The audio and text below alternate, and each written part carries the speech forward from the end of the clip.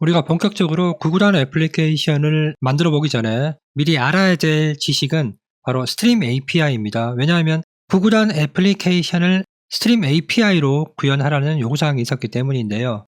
이번 강의부터 총 3번에 걸쳐서 자바의 스트림 API에 대해서 살펴보도록 하겠습니다. 만약에 스트림 API의 개념이나 사용법이 익숙하신 분들은 일단 강의는 패스하시면 됩니다. 스킵하시고 다음 강의로 넘어가시면 되고요. 아직 자바의 스트림 API에 대해서 익숙하지 않으신 분들만 들어주시면 구글한 애플리케이션을 구현하시는데 도움이 되실 거라고 생각을 합니다. 자, 이번 시간에는 먼저 람다 표현식에 대해서 살펴보도록 하겠습니다. 먼저 함수형 인터페이스에 대해서 살펴볼 거고요. 그리고 람다 표현식에 대해서 살펴볼 겁니다. 그리고 마지막으로 함수 디스크립터가 무엇인지 설명을 드리도록 하겠습니다. 자, 먼저 함수형 인터페이스에 대해서 간단하게 살펴보겠습니다. 자바를 공부하시는 분들은 인터페이스에 대한 개념을 알고 계실 겁니다. 인터페이스는 굉장히 중요하죠. 자바에서 굉장히 중요한 구성 요소인데 앞에 함수형이라는 단어가 붙었습니다. 자바의 인터페이스이긴 한데 함수형이라는 의미입니다. 그래서 인터페이스 중에서 이 함수형이라는 의미를 가지는 인터페이스가 무엇인지 이것만 기억을 하시면 됩니다. 자, 바로 설명을 드리도록 하겠습니다.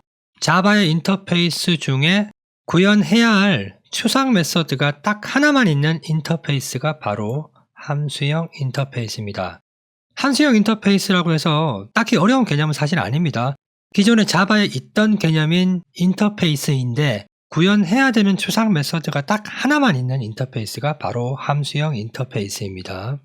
사실 자바 8 이전에 자바에 내장되어 있는 추상 메서드를 딱 하나만 가지고 있는 인터페이스가 있기도 합니다. 그리고 자바 8 이후부터 새로 추가된 인터페이스가 있습니다. 이 두 녀석들을 모두 합해서 자바에서 제공하는 함수형 인터페이스라고 부르는데요. 어떤 것들이 있는지 잠깐 살펴보도록 하겠습니다. 자, 기존에 자바에서 제공하던 인터페이스를 하나 살펴보겠습니다.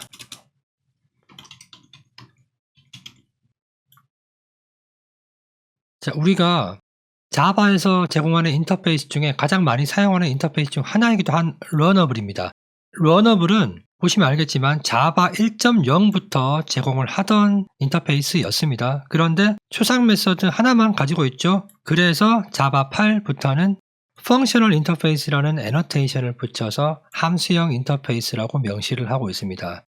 자, 러너블 인터페이스는 자바 8 이전부터 제공하던 인터페이스이고요. 자바 8부터 자바에서 제공하는 인터페이스 중에 어떤 게 있는지 한번 하나만 살펴보겠습니다.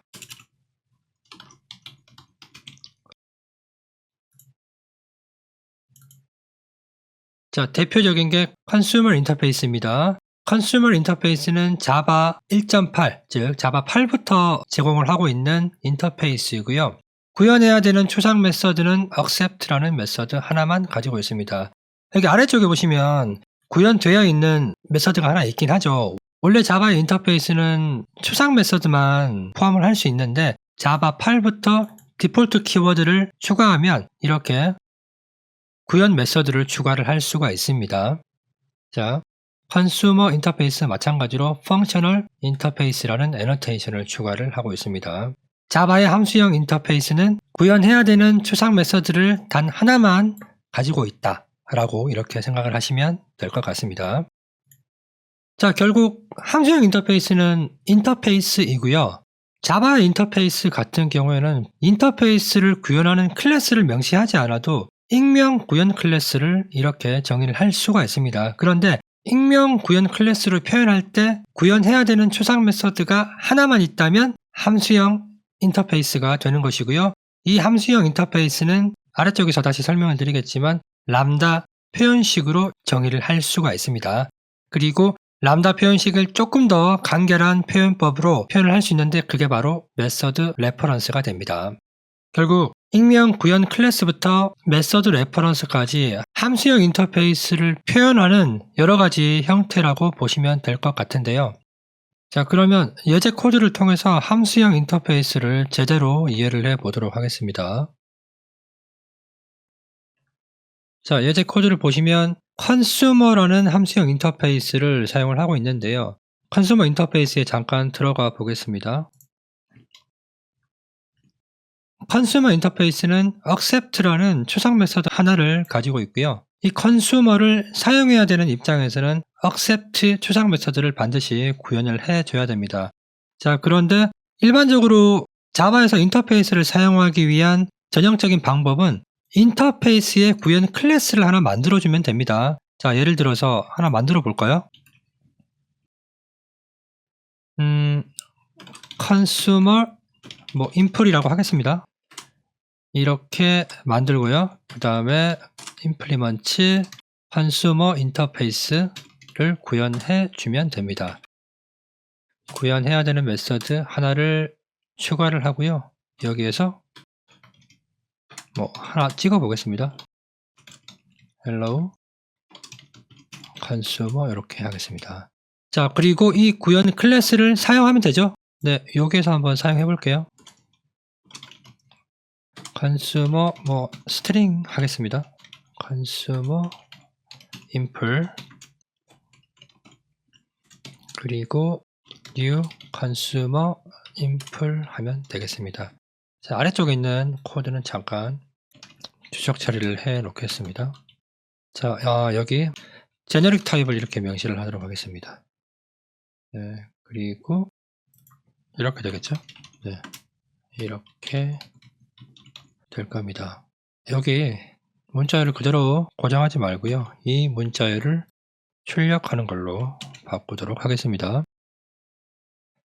자, 이 상태에서 컨슈머 인터페이스를 구현한 구현 클래스의 객체를 만들고 구현한 추상 메서드를 사용을 하면 됩니다. 자, 여기서 consumer.accept 그리고 hello consumer라는 메시지를 넘겨주면 됩니다. 자, 그리고 애플리케이션을 실행을 해 보겠습니다. 자, 실행을 하면 hello consumer라는 메시지가 출력되는 것을 확인할 수가 있습니다. 자, 이게 인터페이스를 사용하는 전형적인 방법이죠. 그런데 이걸 잠깐 지울게요. 자, 그런데 이렇게도 사용할 수 있습니다. 그죠? 컨슈머라는 인터페이스를 구현을 하는데 익명 구현 클래스 방식을 이용해서 사용을 할 수가 있습니다. 다만 이런 방식으로 사용을 하게 되면 객체를 생성함과 동시에 accept라는 이 메서드를 동시에 구현을 해줘야 됩니다. 자, 이 방식은 자바 8 이전부터 사용을 할 수 있는 방식인데요. 다만 컨슈머라는 인터페이스가 단 하나의 구현해야 될 추상 메서드만 가지고 있기 때문에 함수형 인터페이스라고 하는 거고요. 이전에 사용하던 방식대로 익명 구현 클래스를 이용해서 이렇게 함수형 인터페이스를 구현할 수가 있습니다. 전혀 새로운 방법은 아닙니다. 마찬가지로 여기서 accept 메서드를 호출하면서 메시지를 넘겨줍니다. 그러면 여기서 구현된 이 메서드가 이렇게 실행이 될 겁니다. 메시지를 받아서 출력을 하게 될 테고요. 자, 익명 구현 클래스는 전혀 새로운 방법이 아니고요. 함수형 인터페이스는 익명 구현 클래스로 작성을 할 수 있다라는 사실을 기억을 해 주시고요. 자, 그러면 이번에는 두 번째 예제 코드를 살짝만 보겠습니다. 자, 그리고 두 번째 예제 코드는 첫 번째 예제 코드와 비교를 하기 위해서 스플릿을 잠깐 하도록 하겠습니다. 첫 번째 예제 코드는 익명 구현 클래스를 이용을 했는데 두 번째 예제 코드는 익명 구현 클래스가 없어졌습니다. 대신에 화살표 같은 모양이 있는 표현식으로 이루어졌다는 것을 알 수 있는데요. 첫 번째 예제 코드와 두 번째 예제 코드는 동일한 로직이라고 볼 수 있습니다. 왜냐하면 익명 구현 클래스를 이용한 함수형 인터페이스 그리고 람다 표현식을 이용한 함수형 인터페이스라고 생각을 할 수 있습니다. 자, 이 예제 코드를 설명드리기 전에 강의 자료로 다시 돌아가서 람다 표현식에 대해서 먼저 설명을 드리도록 하겠습니다. 자, 람다 표현식이란 무엇일까요? 조금 전에 예제 코드를 살펴봤지만 첫 번째 예제 코드는 익명 구현 클래스를 통해서 함수형 인터페이스를 표현하고 있었고요. 두 번째 예제 코드는 람다 표현식을 통해서 함수형 인터페이스를 표현을 하고 있었습니다. 결론은 익명 구현 클래스의 방법을 단순화한 표현식이다 라고 볼 수 있습니다. 여기 구현이 이렇게 가면 되겠죠. 자, 그러면 람다 표현식의 기본 구조를 잠깐 보도록 하겠습니다. 람다 표현식은 크게 화살표 모양이죠. 이 화살표를 기점으로 해서 좌측과 우측으로 나눌 수 있는데요. 먼저 좌측에 있는 이 표현 방법을 파라미터라고 합니다. 그리고 우측에 있는 이 부분을 표현식이라고 하는데요. 이 표현식은 한마디로 말하면 메서드의 바디라고 볼 수 있습니다. 자, 이렇게만 설명드리면 람다 표현식에 대해서 감을 못 잡는 분도 계실 것 같아서 추가적으로 조금 더 설명을 드리도록 하겠습니다. 자, 람다 표현식과 함수형 인터페이스의 관계. 함수형 인터페이스와 람다 표현식은 결국 같습니다. 같은데 표현만 다른 방식으로 할 뿐입니다. 아래쪽에 다시 한번 그림을 보겠습니다. 자바에서 제공하는 함수형 인터페이스 중에 by predicate이라는 함수형 인터페이스가 있습니다. 이 by predicate은 테스트라는 하나의 추상 메서드를 가지고 있고요. 메서드의 argument, 즉 파라미터라고 하겠습니다. 메서드의 파라미터를 2개 가집니다. 이렇게 제너릭으로 표현한 2개의 파라미터를 가집니다. 그리고 메서드 바디는 개발자가 직접 구현을 해야 될 테고요. 이 구현한 메서드 바디에서 리턴하는 데이터의 타입이 불린입니다. 자, 그러면 좌측에 있는 람다 표현식을 잠깐 볼게요. 여기서 의미하는 람다 파라미터는 함수형 인터페이스에서 구현해야 되는 추상 메서드의 파라미터를 의미를 합니다. 즉, 스트링 A는 T를 의미하고요. 그리고 스트링 B는 U를 의미를 합니다. 여기까지는 이해되시죠? 자, 그리고 우측의 익스프레션 쪽을 보겠습니다. 자, 잠깐 지울게요. 우측의 익스프레션은 by predicate를 사용하는 개발자 입장에서 테스트 메서드를 구현을 할 겁니다. 구현을 하게 되면 이렇게 되겠죠? 이렇게 해서 이렇게 구현을 할 겁니다. 그리고 이렇게 쭉쭉 구현을 하다가 결국 return해서 a. equals b. 여기서는 a.b라고 하면 안 되겠네요. 여기서는 t. 이렇게 해볼까요? t. equals u. 이런 식으로 구현을 할 겁니다. 자, 그러면 t. equals u에서 리턴하는 리턴 값은 불린이겠죠? equals 메서드는 t와 u를 비교를 해서 true이냐 false냐를 반환을 할 겁니다. 즉, 결국 람다 표현식에서 의미하는 익스프레션은 함수형 인터페이스 추상 메서드에서 이 body 부분을 의미를 합니다. 자, 이 그림을 머릿속에 잘 넣어두시고 수시로 잘 떠올려 보시길 바랍니다. 결국 람다 표현식은 함수형 인터페이스의 추상 메서드를 간결하게 표현한 표현 방식이라고 보시면 됩니다. 자, 그러면 조금 전에 람다 표현식으로 구성되어 있던 예제 코드부터 다시 한번 살펴보겠습니다. 자, 조금 전에 봤던 코드이죠? 왼쪽에 이 코드는 함수형 인터페이스를 구현하는 익명 구현 클래스이고요. 오른쪽에 람다 표현식은 익명 구현 클래스보다 조금 더 간결하죠. 조금이 아니고 많이 간결하죠. 익명 구현 클래스를 간결하게 표현한 함수형 인터페이스의 구현 클래스라고 보시면 됩니다. 자, 좌측에 람다 파라미터죠. 이 람다 파라미터는 함수형 인터페이스에서 구현해야 되는 추상 메서드의 파라미터입니다. 이 accept이 어디입니까? accept의 파라미터와 매치가 되죠. 이렇게 매치가 됩니다. 자, 그리고 우측에 system.out.println은 consumer라는 함수형 인터페이스에서 구현해야 되는 추상 메서드의 body입니다. 그죠? 어디죠? 여기죠, 여기. 구현해야 되는 추상 메서드는 accept 메서드이고요. 이 accept 메서드의 body죠? 이 body와 이렇게 매치가 되는 겁니다. 자, 예제 코드를 실행하면 똑같습니다. hello functional interface라는 메시지가 출력이 될 겁니다. 자, 그리고 다음 예제 코드를 살짝만 보겠습니다. 자, 1번은 닫고요. 그리고 3번은 잠깐 보겠습니다. 마찬가지로 스플릿을 해서 이렇게 살펴보겠습니다. 자, 좌측에 있는 두 번째 예제 코드와 우측에 있는 세 번째 예제 코드는 실행 결과는 동일합니다. 동일한데 뭐가 다른지 한번 보도록 하겠습니다.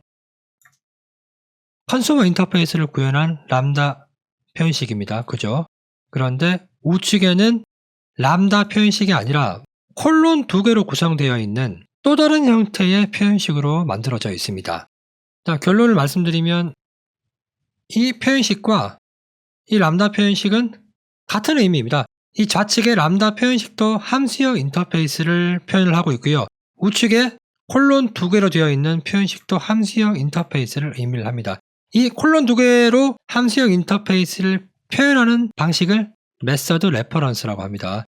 이 메서드 레퍼런스에 대해서는 다음 강의 시간에 자세하게 설명을 드리도록 하겠습니다. 자, 어쨌든 양쪽의 예제 코드는 같은 로직을 표현하고 있기 때문에 실행 결과도 동일하다라고 생각을 해주시면 될 것 같습니다. 자, 그러면 함수형 인터페이스의 예제 코드를 몇 개만 더 살펴보도록 하겠습니다.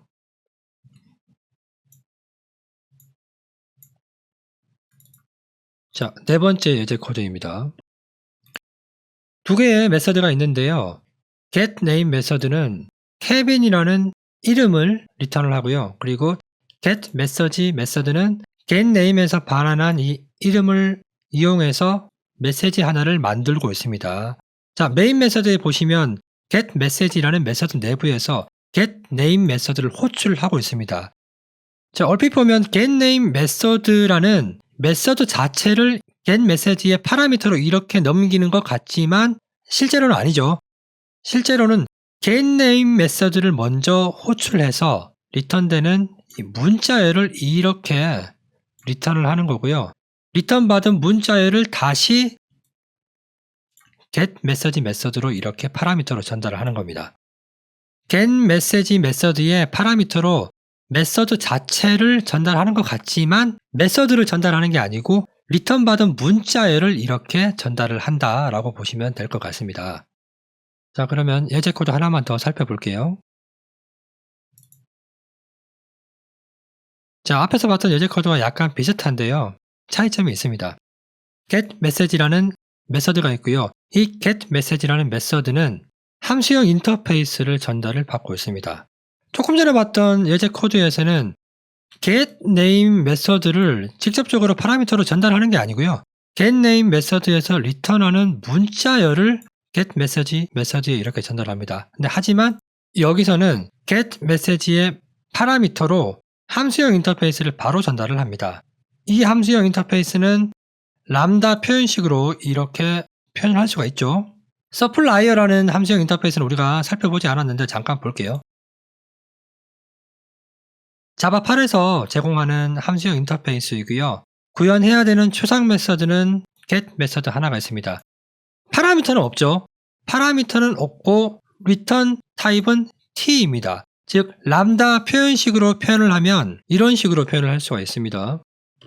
파라미터가 없으니까 람다 파라미터도 아무것도 없고요. 그리고 우측에 expression은 이렇게만 표현을 하면 되겠네요. 자, 여기 좌측에 람다 파라미터는 파라미터가 없으니까 파라미터가 없이 괄호만 이렇게 쳐주고요. 그리고 우측의 expression은 메서드 body를 의미를 합니다. 메서드 body는 구현하기 나름이죠. 그리고 결국 t타입의 데이터를 리턴을 하게 될 겁니다. 자, 어쨌든 getMessage에서 람다 표현식으로 표현한 서플라이어의 객체를 결국에는 넘기죠. 그러면 getMessage에서 서플라이어 객체를 전달받아서 이 s라는 서플라이어의 객체로 점찍고 get 메서드를 사용을 할 수가 있습니다. 여기서 함수형 인터페이스의 중요한 특징 하나를 알 수가 있습니다. 자, 앞에서 봤던 예제 코드를 잠깐 다시 한번 보겠습니다. 앞에서 봤던 예제 코드에서는 getMessage에서 getName 메서드를 파라미터로 전달하는 것 같지만 파라미터로 전달하는 게 아니고요. getName 메서드를 즉시 호출을 하기 때문에 문자열을 즉시 리턴을 합니다. 그런데 여기서는 서플라이어라는 함수형 인터페이스를 이렇게 전달을 한다고 해서 서플라이어의 추상 메서드인 이 get 메서드가 즉시 호출되는 게 아니고요. 실제 호출하는 그 시점까지 호출이 되지 않습니다. 즉 지연을 시킬 수가 있습니다. 여기서 보시면 이렇게 5초 동안 지연을 시키고 있죠. 그리고 5초가 지나고 난 다음에 서플라이어의 추상 메서드인 get 메서드가 호출이 될 겁니다. 이 예제 코드를 한번 실행을 해볼게요.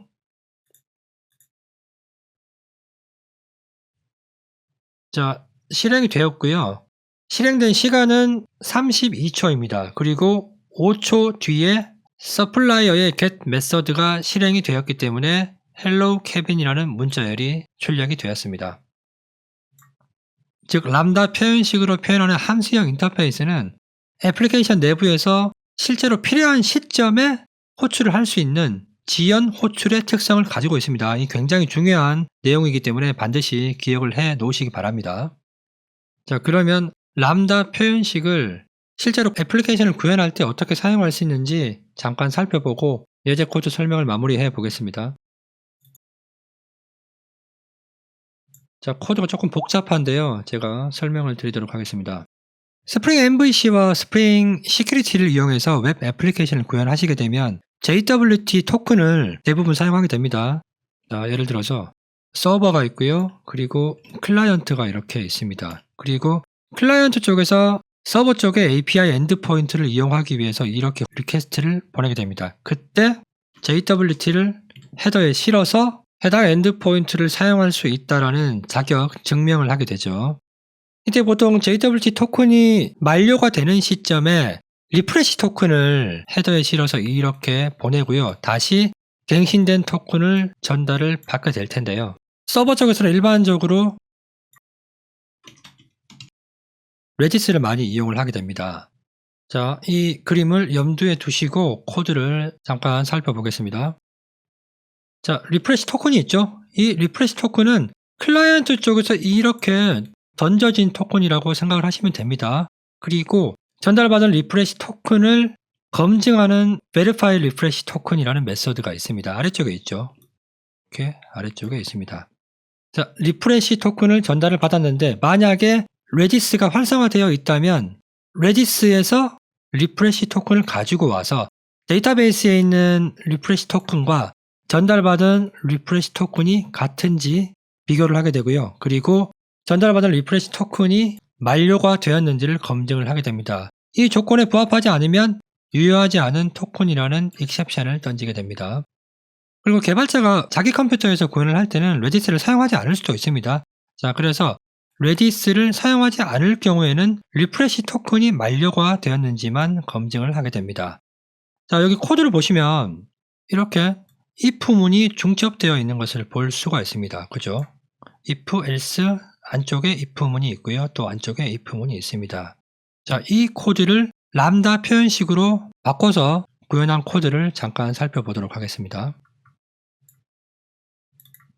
자, 이 코드는 닫을게요.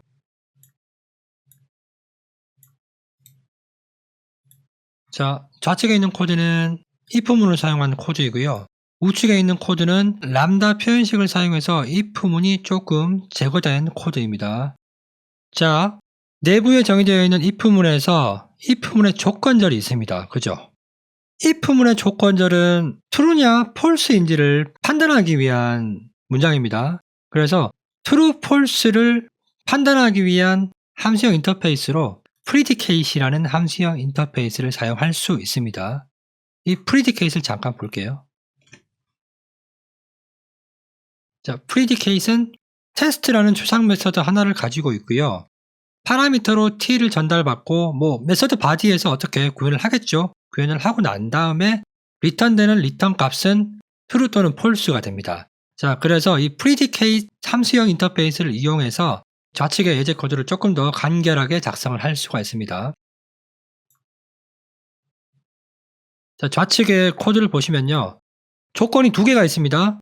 클라이언트로부터 전달받은 리프레시 토큰이 레디스 데이터베이스에서 가지고 온 리프레시 토큰과 같지 않은지를 판단하는 조건이 하나 있고요. 그리고 클라이언트로부터 전달받은 리프레시 토큰이 만료가 되었느냐 그렇지 않느냐를 판단하는 조건 하나가 더 있습니다. 결국 expired 메서드도 마찬가지로 내부적으로는 true, false를 반환을 하고 있죠. 자, 그래서 이 두 개의 조건을 predicate로 표현을 할 수가 있습니다. 자, 먼저 첫 번째는 리프레시 토큰이 만료가 되었는지를 확인하는 조건은 여기서도 사용하고 있고 여기서도 사용을 하고 있습니다. 그래서 공통화를 할 수가 있습니다. 여기 보시면 기본적으로 람다 표현식을 이용해서 클라이언트 쪽에서 전달받은 리프레시 토큰이 만료가 되었는지 그렇지 않은지를 expired 토큰 메서드를 호출하면서 판단을 하고 있죠. 이 expired 토큰 메서드는 아래쪽에 보시면 불린 값을 리턴을 하잖아요. 그래서 이 람다 표현식은 프리디케이트의 인스턴스로 표현을 할 수가 있습니다. 자, 이 verify condition이라는 프리디케이트의 인스턴스는 레디스를 사용하지 않을 때는 그대로 이렇게 verify refresh token이라는 메서드로 전달이 됩니다. 그리고 verify refresh token에서는 이 predicate을 전달받겠죠? 전달받아서 if문에서 사용이 됩니다. 자, 잘 보십시오. 여기 test라는 메서드가 있는데요. 이 test라는 메서드는 predicate 함수형 인터페이스에서 구현해야 되는 추상 메서드입니다. 그럼 구현을 어디서 했느냐? 여기서 했죠. 우리가 람다 표현식을 정의할 때 화살표 우측에 있는 부분이 메서드 바디에 해당되잖아요. 이 expired 토큰은 불린 값을 리턴을 할 거고요. 결국 여기서 호출하는 테스트 메서드의 메서드 바디는 이 녀석이 되는 겁니다. expired 토큰 메서드에서 리턴하는 이 불린 값이 결국 여기 if문 쪽으로 들어오기 때문에 이 불린 값을 판단해서 만료가 되었는지 만료가 되지 않았는지를 판단을 하고 있습니다. 자, 그런데 만약에 서버 쪽에서 레디스를 사용을 하고 있다면 조건이 하나 더 늘어나죠. 만료가 되었는지를 판단할 뿐만 아니라 클라이언트 쪽에서 넘어온 토큰이랑 서버 쪽의 레디스 데이터베이스에 저장된 토큰이랑 같은지를 비교하는 조건까지 하나 더 추가가 됩니다. 자, 이 경우에는 람다 표현식으로 이렇게 두 가지의 조건을 한꺼번에 표현을 할 수가 있습니다. 클라이언트로 전달받은 이 토큰이 레디스 데이터베이스에 저장된 토큰이랑 같은지를 비교를 하고 있고요. 그리고 또 하나 마찬가지로 expired 토큰 메서드를 이용해서 리프레시 토큰이 만료가 되었는지를 검증을 하고 있습니다. 자, 이렇게 만들어진 람다 표현식은 그대로 predicate 함수형 인터페이스의 인스턴스가 되고요. 이 인스턴스를 다시 verify refresh token 메서드의 파라미터로 전달을 하게 됩니다. 자, 이렇게 전달을 하게 되면 이렇게 전달을 받겠죠? 그리고 if문에서 테스트 메서드를 호출해서 이 refresh 토큰의 두 가지 조건을 검증을 하는 겁니다. 그러면 테스트 추상 메서드의 메서드 바디는 어디 있을까요? 저희가 여기서 정의를 했잖아요. 람다 표현식으로 첫 번째 조건 그리고 두 번째 조건을 포함을 하고 있습니다.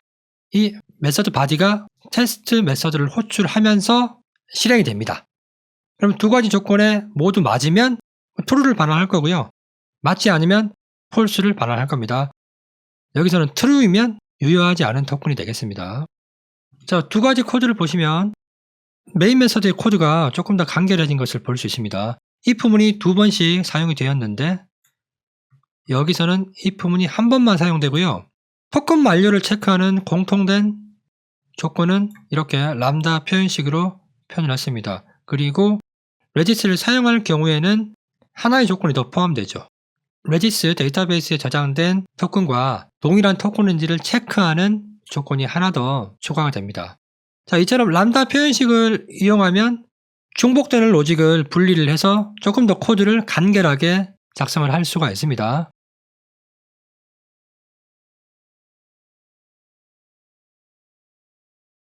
람다 표현식 같은 경우에는 개념을 듣는 당시에는 사실 금방 이해가 될 겁니다. 그런데 실제 이 람다 표현식을 애플리케이션 코드에서 사용을 하려면 조금 막막한 경우가 많이 있습니다.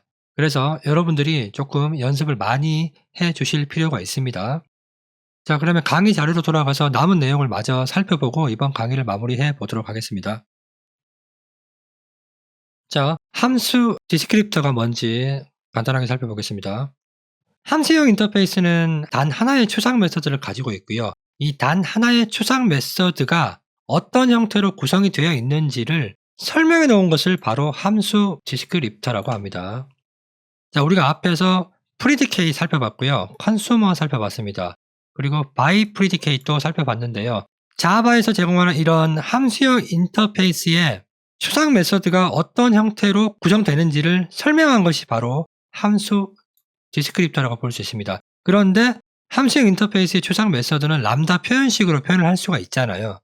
그래서 여기에 람다 표현식에서 사용하는 화살표가 있고요. 람다 파라미터와 람다의 바디를 아주 간결하게 일반화해서 표현을 하고 있습니다. 프리디케이트는 구현해야 되는 추상 메서드의 파라미터를 하나 가지고요.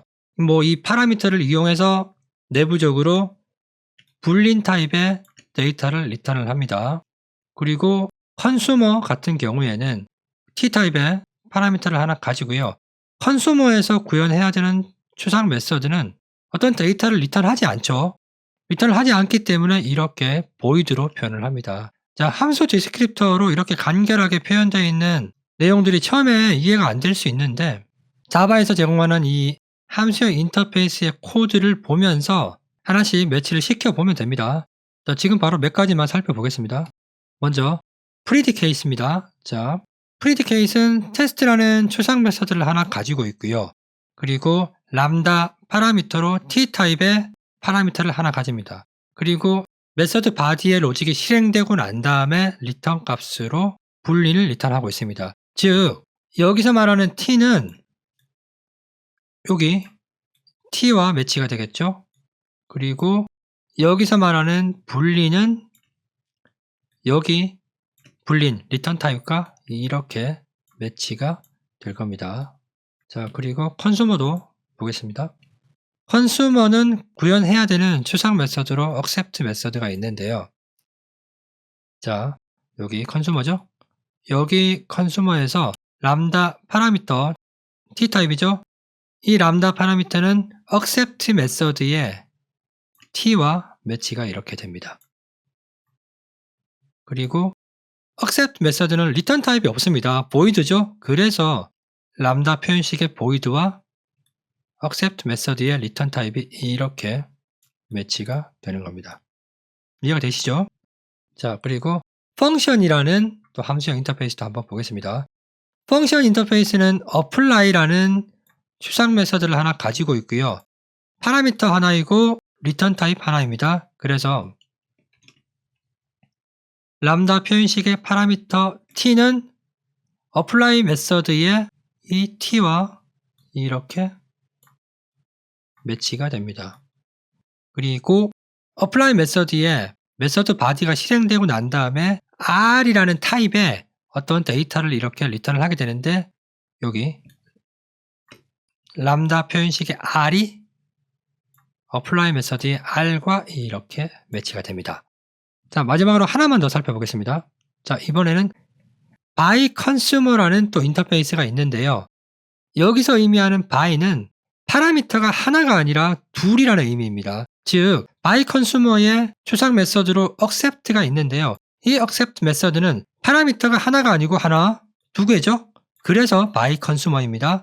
그리고 return 타입은 void이기 때문에 리턴하는 데이터가 없습니다.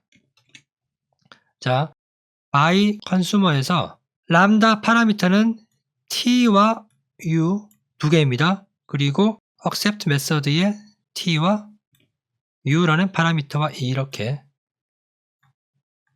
매치가 됩니다. 여기도 이렇게 되겠죠. 자, 그리고 accept 메서드가 리턴하는 데이터가 없기 때문에 void이고요. 함수 디스크립터에서도 마찬가지로 void로 표현이 되고 있습니다. 이렇게 표현이 됩니다. 자, 이제 함수 디스크립터가 뭘 의미하는지 아마 충분히 이해가 되셨을 거라고 생각을 하는데요. 여러분들이 자바에서 제공하는 함수형 인터페이스의 이런 함수 디스크립터를 보고 함수형 인터페이스의 추상 메서드가 어떤 식으로 구성이 되어 있다라는 것을 이해를 할 수 있을 거라고 생각을 합니다. by 펑션에 대해서는 코드를 보지는 않겠지만 by가 두 개의 파라미터를 의미하기 때문에 람다 표현식에서 두 개의 파라미터를 가질 것이고 그리고 메서드 바디에서 리턴하는 데이터가 있고 그 리턴되는 데이터의 타입이 r이라는 것을 알 수가 있습니다. 자, 나머지는 여러분들이 개인적으로 조금 더 학습을 해 주시기를 바라고요. 이번 시간에는 함수형 인터페이스와 람다 표현식에 대해서 살펴보았는데요.